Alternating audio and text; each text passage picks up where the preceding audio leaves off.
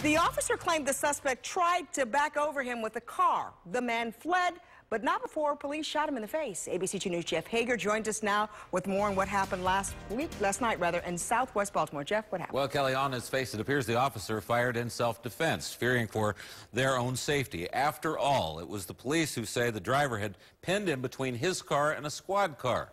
But witnesses doubt that police account of what happened.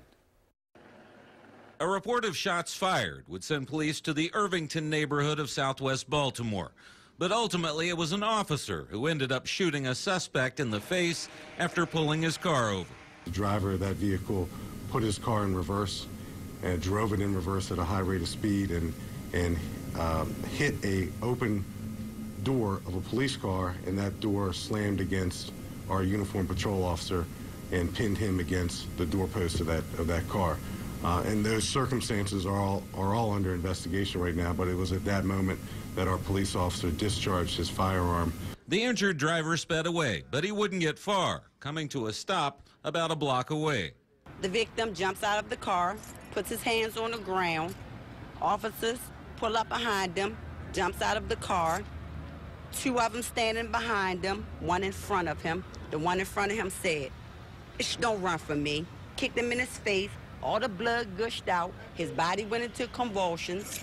It is a very different picture of the arrest than that offered up now by police. And as we approached the suspect, who was suffering from a non-fatal gunshot wound to his face, he stated several times to the police officers who were apprehending him that he had a gun.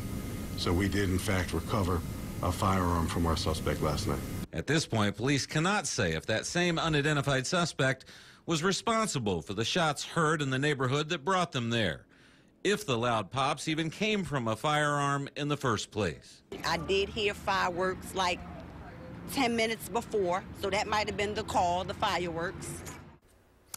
Adding to the chaotic scene last night was a crowd that formed, demanding answers to what had happened, and police ended up making 2 arrests, although witnesses say at least 6 people were detained, including one man who was tased. Jeff Hager, ABC 2 News. All right, thank you.